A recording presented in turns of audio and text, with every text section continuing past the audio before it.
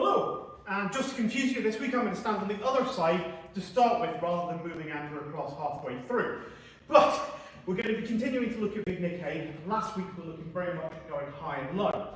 This week what I want to look at is something we call the golden rule that very much ties into that, and we've kind of already discussed it, just not given it that name. More importantly, I want to tell you when you can break the golden rule, and that's very important. So, if we're here, we've already looked at this idea that if I'm going to attack on a low line, I can't expose my head, because I'm going to get hit. So if I want to attack on the low line, I've got to go low with it. The main reason for that is, the golden rule is I never let my hand go below the level of my eyes. Which explains why my guard's up here. Why when an attack's coming in, my defense remains above my eyes, and my attack back above my eyes. I'm keeping everything happens here, rather than down as I would do if I was sword fighting and I'd be moving around to this area here. Everything stays above my eyes.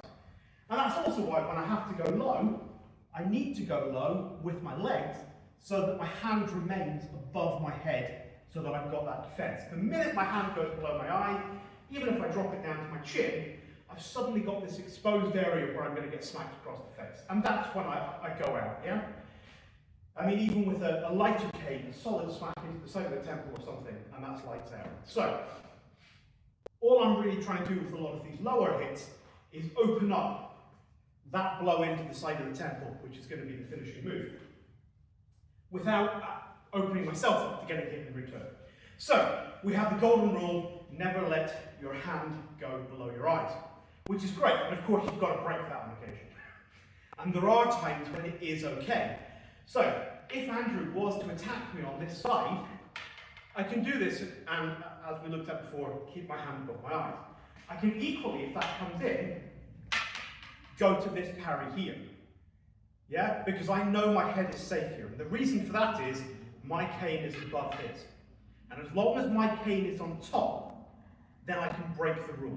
Yeah? Because this might allow me to seize the cane and come in somewhere around here. It may allow me to go on to do weird and wonderful things where I might decide I'm going to hook and come in at a different angle. I need to be able to have that option, but I've got to make sure I'm safe when I'm doing it. Yeah? So if the attack comes in and I was to do this, yeah, whereas I've let my cane go underneath, even though I'm technically blocking, it's really easy for him with a flip to bring that round into the side of my face. Whereas if I'm on top and he turns that into a flip, I've still got the distance there that I need because my cane is on top and I'm okay to break the rule. Okay? That also applies for, should my opponent be dumb enough to do something like to attack my leg, yeah, and I decide not to attack their head straight away, moving here, even though I've uncovered my head, is fine because my cane is on top. My cane is dominant, so I can parry that, control, and move away from the head temporarily. Yeah, because again, that might allow me to come in with, say, a butt strike or something, where I wouldn't have that opportunity otherwise. So it's really important to understand the golden rule, drill it relentlessly, but know when you can cheat it.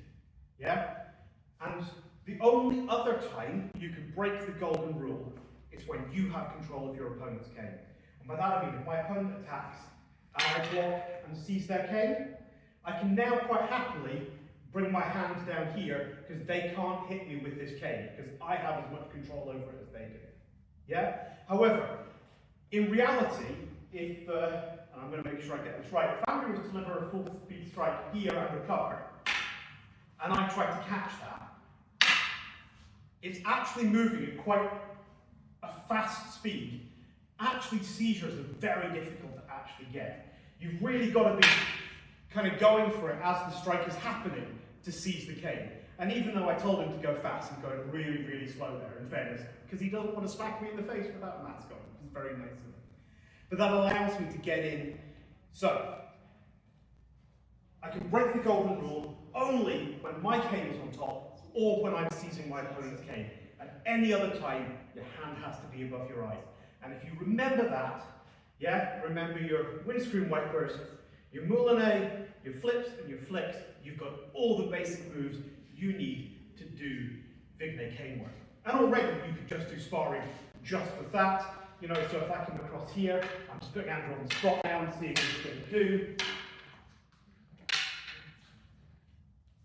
You see, we can already start to put something that starts to look more like a fight just by using those techniques, although I admit I did cheat and use one technique I haven't shown you. But we can start to build that fight up. And really what I want to look at for the rest of these videos are the little tricks that are going to allow you to make that much more effective. And we're also going to be looking at some dealing with multiple opponents and things like that as well. So, hopefully you found that useful, and we'll catch up with you next week.